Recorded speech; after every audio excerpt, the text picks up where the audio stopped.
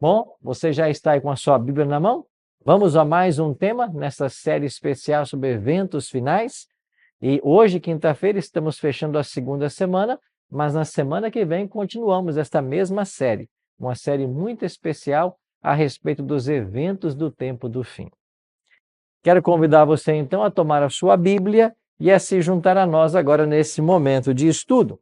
Mas antes de começarmos, nós temos um hábito aqui, né? A gente sempre busca a direção de Deus para o estudo da Bíblia. E se você puder, ora comigo também. Bondoso Deus e Pai, louvado e exaltado seja o teu santo nome. Obrigado, Senhor, por estarmos reunidos mais uma vez para estudarmos a tua palavra. Queremos suplicar para que o teu bom e santo Espírito nos ajude e agora nos faça entender mais um pouco desse tema tão importante que tem a ver com os eventos finais da história desse mundo. Suplicamos isso em nome de Jesus. Amém. Já tomou sua Bíblia? Então vamos para o nosso tema de hoje: as 7 pragas do Apocalipse. Na realidade, o Apocalipse apresenta um grande dilema. Jesus veio para buscar e salvar o que se havia perdido, mas nem todos querem ser salvos. E aqueles que finalmente rejeitarem a salvação oferecida por Cristo, haverão de colher as consequências do pecado. Esse é um dilema, porque a despeito de Deus derramar ou estar profetizado que 7 pragas cairão sobre a terra, sobre os ímpios, nesse tempo final, não é o desejo de Deus de que os ímpios pereçam. Aliás, a Bíblia é muito clara, e aqui em Ezequiel 33:11, nós temos uma amostra disso, quando o profeta diz assim: "O Deus diz por boca do profeta Ezequiel: Tão certo como eu vivo, diz o Senhor Deus, não tenho prazer na morte do perverso, mas em que o perverso se converta do seu caminho e viva. Convertei-vos, convertei-vos dos vossos maus caminhos, pois porque haveis de morrer, ó casa de Israel." Olha a pergunta que Deus faz. Por que vocês haverão de morrer? Convertam-se dos vossos maus caminhos. Então a Bíblia apresenta um Deus de amor que não deseja que ninguém se perca. Agora, nem todos aceitam a oferta de salvação de Deus. A história registra, por exemplo, um momento em que muitas pessoas se desviaram do caminho de Deus e foram para o caminho da morte. Interessante que Jesus falou, né, de um caminho estreito e de um caminho largo. E Jesus disse que o caminho largo conduz à perdição, à morte eterna, mas o caminho estreito conduz à vida. Olha aqui o texto, Mateus 7, 13 e 14. Entrai pela porta estreita, larga é a porta e espaçoso o caminho que conduz para a perdição, e são muitos os que entram por ela, porque estreita é a porta e apertado o caminho que conduz para a vida, e são poucos os que acertam com ela. Assim, poucos escolhem o caminho da salvação. Nesse tempo final, 2 coisas acontecerão. As pessoas que rejeitarem o convite da graça divina receberão as 7 pragas e passarão então pela morte eterna, a perdição eterna. Já as pessoas que aceitarem o convite divino, elas passarão por um tempo chamado angústia de Jacó, mas elas receberão finalmente a salvação. Pastor, que história é essa de angústia de Jacó que os salvos passarão? Você já ouviu falar nesse assunto? Não? Então quero convidar você para segunda-feira, na semana que vem, nós vamos estudar a respeito desse assunto. Você vai entender que enquanto os ímpios passarão pelas 7 pragas e morrerão depois, os salvos passarão por um tempo chamado angústia de Jacó, mas eles serão salvos, serão transformados e viverão para sempre na presença do Senhor. Então a Bíblia apresenta 2 caminhos: um caminho que conduz à perdição, passando pelas pragas, e um caminho que conduz à vida eterna, passando pela angústia de Jacó. Tema esse que nós veremos na semana que vem. Essa insistência em desobedecer às ordens divinas não é nova. Olhando para o relato bíblico, você vai encontrar, por exemplo, a geração que viveu nos dias de Noé. Gênesis 6 diz que esse povo nos dias de Noé cresceu em sua maldade, A maldade se multiplicou sobre a terra. O desígnio do coração do homem era completamente mau. E Deus então se arrependeu de ter feito o homem. Agora, em Apocalipse capítulo 15, a cena é parecida. É dito que 7 anjos têm os 7 últimos flagelos, pois com estes se consumou a cólera de Deus. Se nos dias de Noé, Deus destruiu a terra com um dilúvio por causa da maldade humana, agora a maldade no planeta volta a atingir limites jamais vistos. E se naquele tempo a terra foi destruída com água, agora a terra está reservada para o fogo. Mas antes da destruição dos ímpios pelo fogo, haverá ainda 7 pragas que cairão sobre eles. Apocalipse 14:10 diz a advertência divina a respeito desse tema. Lá é dito que também esse beberá do vinho da cólera de Deus, preparado sem mistura do cálice da sua ira, e será atormentado com fogo e enxofre diante dos santos anjos e na presença do Cordeiro. Isso aqui faz parte da terceira mensagem angélica. Ele está advertindo de que se as pessoas não se arrependerem, elas receberão as pragas descritas no livro do Apocalipse. Então, o convite agora é para nós fazermos um apanhado, uma imersão e entendermos quais serão essas 7 pragas que serão derramadas sobre os ímpios. E para que eu e você escapemos destas pragas, só há um caminho. E nós vamos explicar hoje o que nós precisamos fazer para não sermos apanhados, para não sermos atingidos por essas 7 últimas pragas que cairão sobre a terra. Então vamos agora para o capítulo 16 de Apocalipse e entendemos essas 7 pragas. A primeira delas aparece aqui no versículo 2. Saiu, pois, o primeiro anjo e derramou sua taça pela terra. E aos homens, portadores da marca da besta e adoradores da sua imagem, sobrevieram úlceras malignas e perniciosas. Aqui está a primeira praga que será derramada sobre os ímpios. Úlceras malignas e perniciosas. Você se lembra da história do patriarca Jó, que foi atingido por uma doença, por uma chaga? Jó ficou leproso. A mesma palavra usada para a doença de Jó no Antigo Testamento é a palavra usada para estas úlceras que aparece na primeira praga. Ou seja, aquela doença que atingiu Jó é a mesma que vai atingir os ímpios na primeira praga que será derramada. Você vai se lembrar da experiência de Jó, em que aquelas úlceras coçavam tanto que houve um momento que ele teve que pegar um caco de telhas para ficar se coçando, dado a aflição que ele vivia. Esta será a primeira praga que será derramada sobre os ímpios. Ou seja, quando Jesus termina o seu ministério no santuário celestial, ele sai do santuário. Lá fora existem 7 anjos esperando, ele agora enche essas 7 taças e mande que elas sejam derramadas sobre a terra.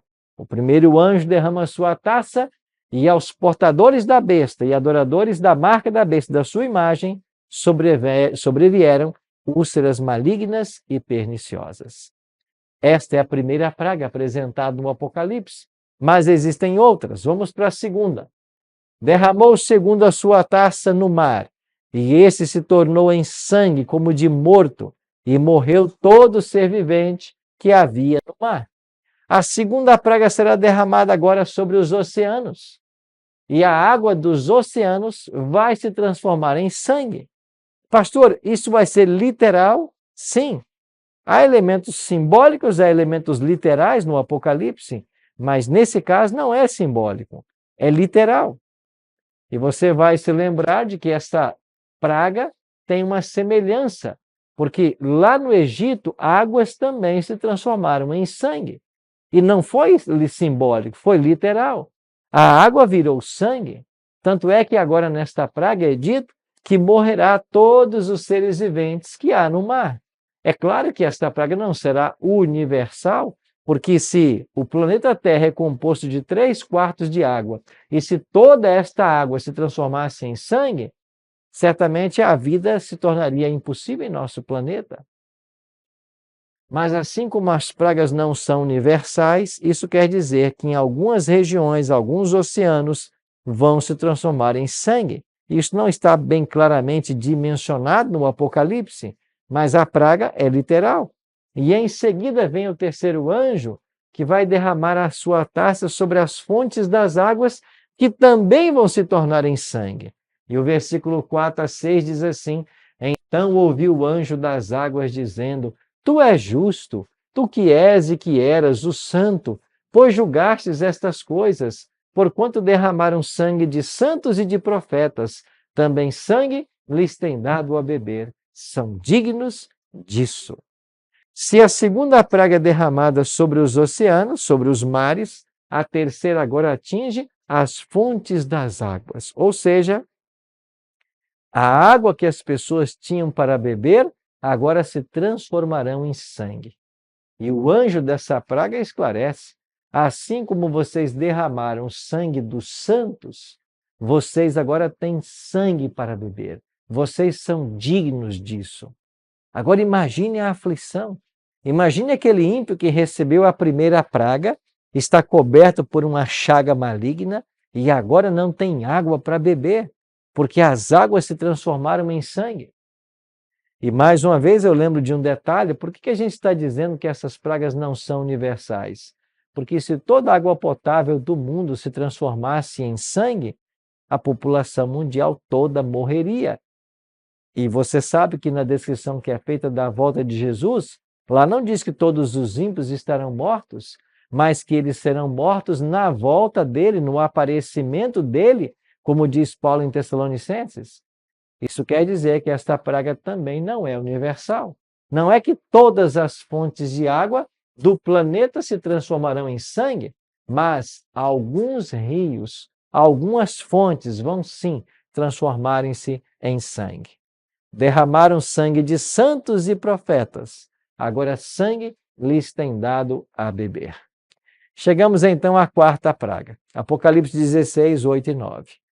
O quarto anjo derramou a sua taça sobre o sol, e foi-lhe dado queimar aos homens com fogo. Com efeito, os homens se queimaram com intenso calor, e blasfemaram o nome de Deus, que tem autoridade sobre esses 7 flagelos, e nem se arrependeram para lhe darem glória. Veja que o quarto anjo derrama a sua taça sobre o sol, e aos homens o sol infligirá grande calor. Você talvez já ouviu aí comparações, pessoas dizendo que o sol iria aquecer 7 vezes mais. Bom, o Apocalipse não traz essa informação. Até porque se o sol aquecesse 7 vezes mais do que hoje, ninguém sobreviveria aos seus raios. Nós não sabemos quanto mais o sol irá aquecer, mas a praga já diz que o sol vai aquecer a tal índice que vai queimar a pele dos homens com intenso calor. Ou seja, será uma praga que vai aquecer o nosso planeta e vai destruir muitos dos ímpios que receberem essa praga, provocando queimaduras, um evento jamais visto, porque essas pragas são sobrenaturais, são ações divinas para punir os pecadores que não se arrependeram de seus pecados. O que mais a Bíblia nos ensina? Chegamos à quinta praga. Derramou o quinto a sua taça sobre o trono da besta, cujo reino se tornou em trevas. E os homens remordiam a língua por causa da dor que sentiam, e blasfemaram o Deus do céu, por causa das angústias e das úlceras que sofriam, e não se arrependeram de suas obras. Por que não se arrependeram de suas obras? Porque o Espírito Santo não mais atua no ímpio. E se o Espírito Santo é o único que pode nos levar ao arrependimento, é impossível que essas pessoas se arrependam, porque o Espírito Santo não mais atua nelas. Agora, a quinta praga é dito aqui que ela foi derramada sobre o trono da besta, cujo reino se tornou em trevas. Nós estudamos aqui a respeito das bestas do Apocalipse 13, estudamos a respeito do decreto dominical, e nós vimos aqui numa interpretação historicista da Bíblia que a primeira besta refere-se ao papado e a segunda besta aos Estados Unidos da América do Norte. pois é sobre o reino da besta que haverá trevas. Os homens remorderão as línguas, eles não enxergarão um palmo sequer diante dos olhos. Esta praga vai acontecer, ela está profetizada. E quando isso acontecer, ainda assim as pessoas não se arrependerão. Por quê? Porque o Espírito Santo não mais atua na vida desses ímpios. Como já disse, assim que começarem a cair as pragas, o Espírito já não atua mais nos ímpios. Sexta praga. Derramou o cesto a sua taça sobre o grande rio Eufrates, cujas águas secaram, para que se preparasse o caminho dos reis que vem do lado do nascente do sol. A quinta praga é derramada agora sobre o grande rio Eufrates. Interessante que a gente tem que voltar lá no tempo da Babilônia para entendermos melhor essa praga. No 6º século antes de Cristo, quando Babilônia dominava o mundo, foi Ciro, o grande líder do Império Persa, que destruiu Babilônia. E a estratégia militar que Ciro usou foi secar o rio Eufrates, que cortava a cidade de Babilônia, e ele entrou com seus soldados marchando pelo leito do rio. Agora, na sexta praga, mais uma vez o rio Eufrates vai se secar, e é dito que é para que prepare o caminho dos reis que vem do lado do nascente do sol. E assim como Ciro secou o rio Eufrates para derrotar Babilônia, Ciro é um tipo de Cristo. E ele vai criar mais uma vez esse secamento, ele vai secar mais uma vez o rio para que Babilônia caia. Ou seja, os reis que vêm do Oriente, do nascente do sol, eles representam Cristo e seus anjos. Então, Ciro é um tipo de Cristo. E assim como caiu Babilônia lá no ano 539 a.C., a Babilônia mística do Apocalipse também vai cair. Pastor, e o que representa então esta praga? O secamento do rio Eufrates significa a preparação política, social para a volta de Jesus. Significa que Deus vai preparar o caminho, vai secar o rio que alimenta a Babilônia, e então o caminho vai estar aberto para que ele volte com os seus anjos. Você percebe que esta praga se baseia na queda de Babilônia? E assim como lá em Babilônia Deus tinha um povo fiel, que foi liberto de Babilônia por ordem de Ciro, agora também nós temos um povo remanescente, um povo fiel, que vai deixar Babilônia. É por isso que lá no Apocalipse 18 diz, há um convite divino, sai dela, povo meu. Anuncia-se a queda de Babilônia e depois Deus diz que o seu povo saia de Babilônia. Deus tem um povo ainda em Babilônia. E Babilônia hoje significa a confusão religiosa que se assentou em nosso mundo. Então as pessoas estão confusas quanto ao tema da religião. E Deus está convidando as pessoas para saírem de Babilônia. E como você pode sair? Conhecendo a verdade da palavra de Deus, para tomar uma decisão séria ao lado de Cristo. Assim, meus prezados, esta sexta praga vai preparar o caminho para a volta do Senhor Jesus. Chegamos então a um detalhe interessante dessa sexta praga. É dito agora nos versos 13 e 14 que assim que é derramada a sexta praga, João viu sair da boca do dragão, da boca da besta e do falso profeta, 3 espíritos imundos semelhantes a rãs, porque eles são espíritos de demônios, operadores de sinais, e se dirigem aos reis do mundo inteiro, com o fim de ajuntá-los para a peleja do grande dia do Deus Todo-Poderoso. 3 espíritos imundos semelhantes a rãs. Você sabia que na mitologia dos egípcios haviam deuses com cabeças de rãs? Essas deusas, uma delas chamava-se Requete. Era um deus com a cabeça de rã. E assim como lá no Egito nós tivemos pragas, agora nas pragas do Apocalipse volta-se a figura da rã. Inclusive uma das pragas do Egito foi as rãs, está lembrado? E esses 3 espíritos imundos que saem da boca do dragão, da boca da besta e do falso profeta, eles se opõem a Deus, ao seu governo. Mas quem é então o dragão, a besta e o falso profeta? Quem eles representam no livro do Apocalipse? O dragão representa o espiritismo, a besta o catolicismo e o falso profeta o protestantismo que se apostatou da verdade bíblica. E sabe o que esses três poderes irão fazer? Eles irão se unir em torno de duas doutrinas que hoje é abraçada por quase todos os cristãos. A crença que a alma é imortal e a crença que o domingo é o dia de guarda, é o dia santo.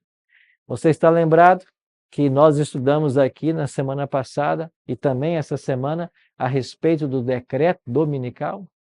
Você está lembrado que nós mostramos documentos aqui falando como foi a transição do sábado para o domingo? Pois hoje, meus amigos, Deus está colocando uma linha divisória entre aqueles que são leais a Ele e não são, entre aqueles que obedecem e os que não obedecem. E esta linha divisória, essa pedra de toque que vai diferenciar, tem a ver com que se nós cremos na mortalidade da alma e se nós aceitamos o sábado como dia de guarda, não o domingo, como muitos estão ensinando por aí. Mas, pastor, o dia de guarda não é então domingo? Não. A Bíblia ensina que é o sábado. E nós estudamos isso aqui essa semana. E se você perdeu algum programa desta série, volta no canal no YouTube, Arilton Oliveira, confere ali toda esta série, que são 12 capítulos, e você vai entender o que eu estou dizendo melhor. A sexta praga, ela é derramada, porque ela fala de um momento em que haverá uma unidade. E a unidade cristã acontece com base nessas duas pseudo-doutrinas. Então chegamos à sétima e última praga. Apocalipse 16, 17 diz: Então derramou o sétimo anjo a sua taça pelo ar, e saiu grande voz do santuário, do lado do trono, dizendo: Feito está. Você está lembrado que na cruz Jesus disse isso?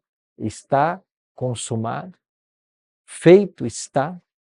Quando ele terminou a obra da redenção, quando ele morreu na cruz como expiação pelos nossos pecados, ele declarou: está feito, está consumado. Mais uma vez, essa expressão é usada no Apocalipse para dizer que Deus está concluindo sua obra.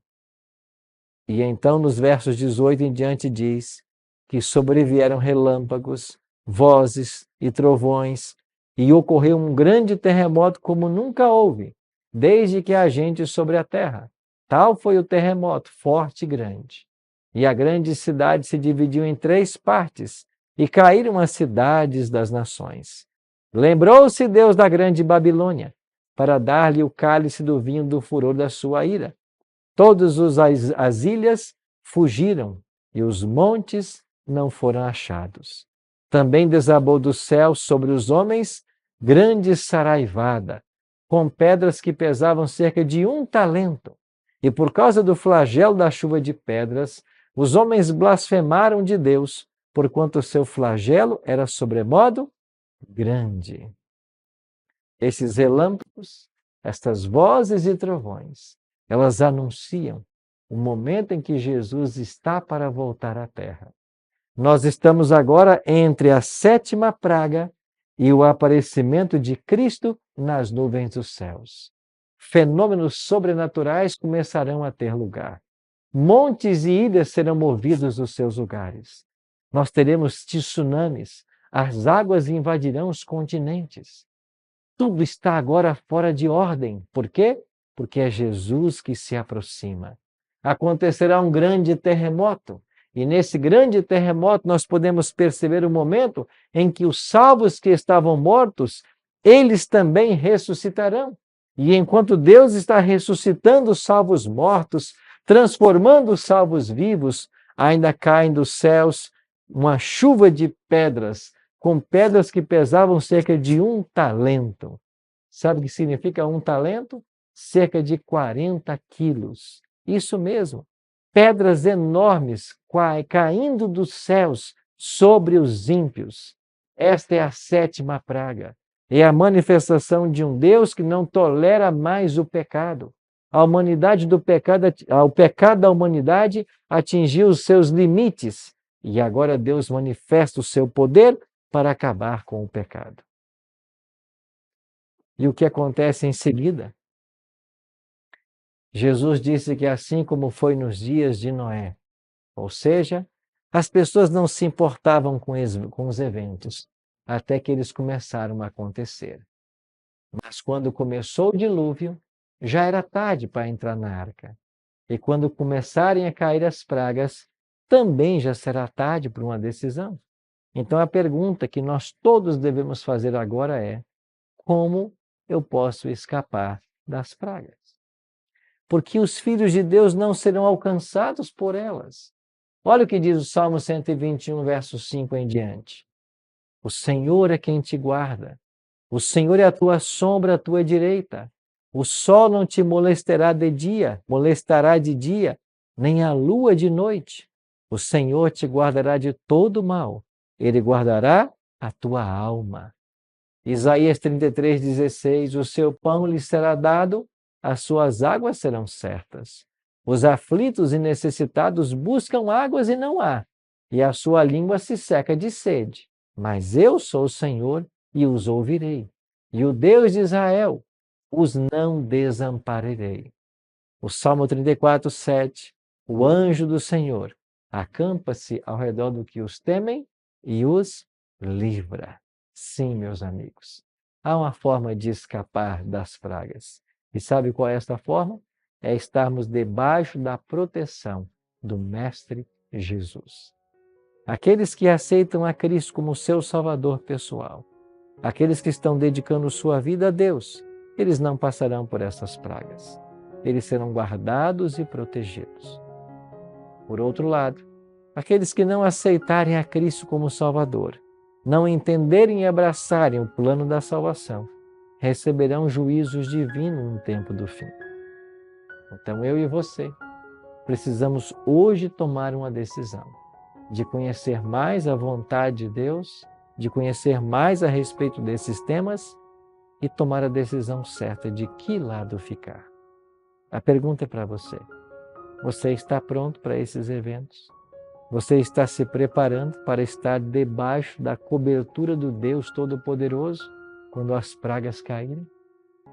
Em breve, Cristo vai concluir seu ministério lá no santuário celestial. 7 pragas serão derramadas sobre os ímpios. Nós não precisamos receber essas pragas, mas só há um caminho para nós não as recebermos. É estarmos guardados debaixo da mão do Todo-Poderoso. É termos Cristo em nosso coração e nos prepararmos para esse momento final da história. Ora comigo. Pai, após descobrir a respeito das pragas que serão derramadas sobre esse mundo, antes da tua volta, é desejo do nosso coração fazer todo o preparo devido para escaparmos a essas pragas. Que o nosso coração hoje se abra para que Jesus possa nele entrar. Que a nossa vida esteja em tuas mãos e que o Senhor nos prepare para os eventos finais da história desse mundo. É a nossa oração, em nome de Jesus. Amém.